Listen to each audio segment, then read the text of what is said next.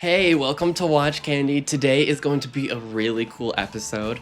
If you aren't aware, the GPHG Awards are coming up in about 2 months. I believe it's on November 13th. I could be wrong. It's essentially the award show of all watchmaking this year, and they've already announced all the nominees, so I think it would be really cool to go through and use our Future Ball Watch Candy magic to predict what is going to win this year. So how I'm going to structure this episode, I'm going to go through some sections and I'm going to talk about what I believe is going to win with, my future magic, and also what I would like to see win, which in most cases are two separate things. Just a disclaimer, I'm not going to go through all the sections, there are quite a few, but I've picked the 6 that I've deemed the most relevant and the most interesting, at least to me. So let's jump right in. I'm super excited to get into this. And if I win any of these, if I predict correctly, which I will, of course, because it's not a prediction, I'm just seeing into the future, you guys all owe me some crazy subscribers. So diving right in, we're going ladies first with their time-only section, and the watch that I predict is going to win is the Louis Vuitton Tambour Convergence. Now, what is immediately striking with this watch is, of course, the aperture readout on the dial. As you can see, instead of a traditional handset, you've got 2 different apertures, one for the hours and one for the minute. And that leaves a lot of the dial empty. So what they've done is they've gone and added in all diamonds in different sizes to create this pebbly effect that is really cool and I imagine gorgeous in person. The watch is made out of platinum, which again is super cool and boasts a really pretty movement from Louis Vuitton. I believe because of how popular the aperture readout is these days and the fact that this watch had so much positive acclaim when it was released, I believe that is why it is going to win the ladies section. But the watch that I would love to see win is this Voutiline in 28 CG. The case is made out of some gorgeous rose gold, and the dial is especially striking with hand guilloche. And not only that, but there are so many different types of these guilloche textures along the dial. It's not just one uniform style all the way through, which is already incredibly hard and time consuming to do, but this watch boasts at least 3 or 4 different styles. The hands are also really cool. They are almost like a modern take on Breguet hands. I'm not really sure what to call them, but they have this really interesting two-tone effect with the gold and the blue, which isn't something I've ever seen before. You'll also notice that this watch doesn't have any diamonds, which I think is really cool. I believe they need to make more watches for women that are just tasteful and elegant and are more focused on actual watchmaking instead of gem setting. I would absolutely love to see this watch win.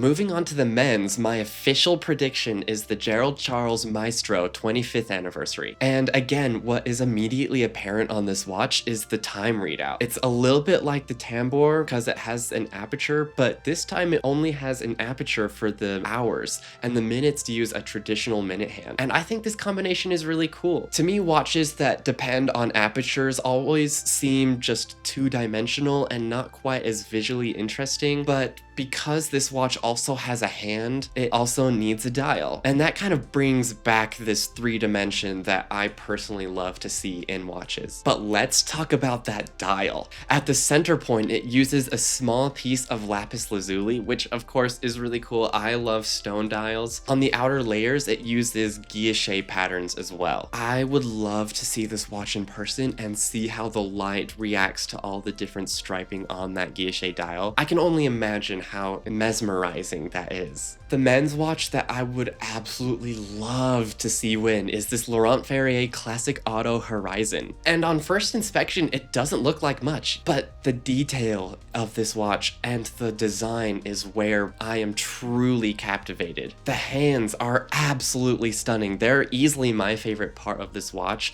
The hour and minute hand are both so slender and pointy, but also features such elegant curves. And the hour markers, the way they just are needle points pointing directly to the center of the dial, it all just comes together in this absolutely delicious combination. The color of blue on this lacquer dial is so gorgeous, and I love the way the texture has been added with this vertical striping. I also want to point out the date window is really interesting. The way it's been scooped out of the dial adds this 3 dimension that otherwise would have been really missing from this watch. Now I know I said I was picking 2 watches per section, but this iconic section is one that is a little bit different because the watch that I believe will win is also the watch that I really want to win. And that is none other than the Bulgari and MB&F Serpenti. 2 of my favorite brands coming together to make a watch that is so Bulgari but also so MB&F. It is awesome, and I think this watch will win. If you don't know, Bulgari is really known for the Serpenti watches, which are essentially snake-like watches. And these watches are iconic both inside and outside of the watch space. MB&F is known for making these crazy sculptural watches. The time is read out of each of the snake's eyes as different discs for the hours and the minutes. The color choice is gorgeous. This rose gold and green is so beautiful together. I would absolutely love to see this watch win. I believe it deserves the trophy, and I think it will get it.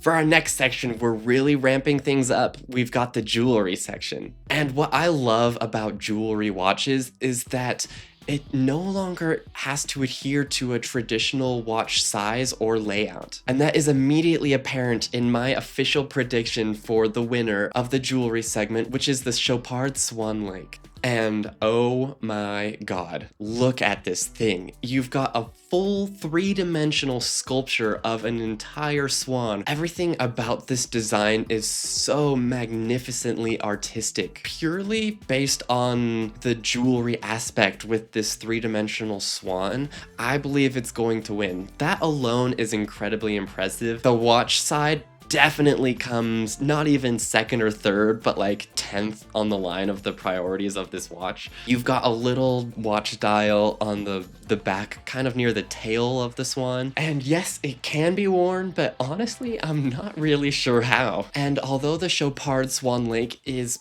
by all accounts the most technically impressive jewelry watch, the watch that I would really love to see win is this magnificent watch from Dior. Now, I'm not exactly sure what it's called. I could try and pronounce the French name, but I'm not going to. But I believe this watch deserves the crown because not only is this watch actually wearable, but that dial is so magnificent with all of these floral designs with the pink and white stones, and the way they've hidden the little handset way off to the right, and still managed to put little stones on these tiny hands and even on the pinion. Yes, I am a sucker for pink, but I believe this watch is more than just a fashion watch or a jewelry piece. By looking at the dial, it takes you into this dreamlike world of these gemstone and diamond flowers. You even have little bits of green grass showing through with those green stones. I personally really like when fashion houses really give honest effort into creating watches that are to be appreciated both from those who like fashion and watchmaking. Chanel does a really great job of this. Louis Vuitton does a really great job of this.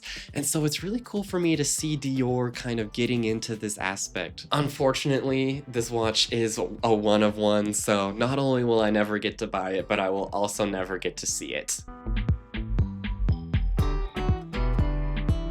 Moving on to the artistic crafts section, the watch that I predict is going to win is the Voutilainen Soyou watch. Of course, what makes this watch absolutely impressive on an artistic scale is that dial, which is made out of Japanese lacquer. The dial is insanely detailed and absolutely stunning with this sun-like motif against the blue and green background. The movement is also insanely gorgeous with this manually wound caliber that features a massive escapement wheel. If you squint, you can see that the center part of the dial has a little red arrow that actually points to a 24-hour scale. So not only is this watch absolutely stunning on a handcrafting artistic level, but it also is a GMT, which is highly practical. And that's why, with all of these factors in mind, I am predicting it to be the winner of the artistic crafts section. But the watch that I would really love to see win this section is from a brand I've never even heard of. This is the Canati Quantum 1 Nautical Edition. And this watch has so many unique details. The case shape is so different and almost brutalist, which is in stark contrast to this absolutely stunning three-dimensional sculptural dial with the pearls and these gorgeous raw Paribba tourmalines. And yeah, the actual dial part is underwhelming with that just gold on gold three-hand layout, but obviously the star of the show is this sculpture. Unfortunately, this one is also a piece unique, so I will only dream about it. Last, we're wrapping it up with the challenge category, which is interesting because to qualify, pieces have to be equal or under 3,000 Swiss francs in value. This is where you see a lot of innovation on creating high complications or really interesting designs, but at an attainable price point. And the watch that I think is going to win is the Serica Parade. Now, if you haven't seen this watch, obviously you're not on watch Instagram as much as I am. This watch, when it was released, entirely broke the internet.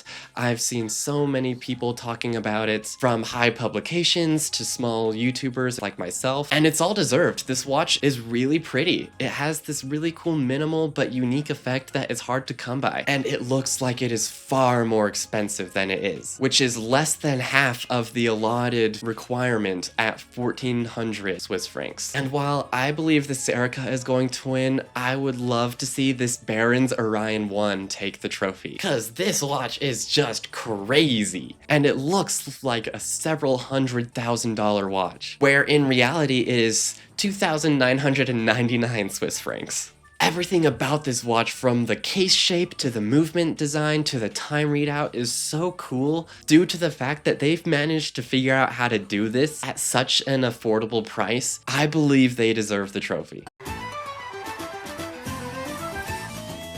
So that's what I've got for today. I really hope you enjoyed looking through my predictions and learning about these new watches that you might not have heard of. I think that's what's really cool about the GPHG Awards, is that it's not exactly a popularity contest. You have all sorts of big brands like AP, Hublot, Gerald Charles, but you also have really niche brands that never really see the light of day. I'm super excited for November when they do the releases. Like I said, these are all my official predictions. I would love to circle back to this video after the awards and see how many I got right. So what are your predictions? Let me know in the comments. Take a look at the whole catalog. Like I said, I didn't go over every section. There are so many awesome watches to explore, and I would love to know what you find. Join Watch Candy. I'd love to have you. Thank you so much for your viewership, and I will see you next time.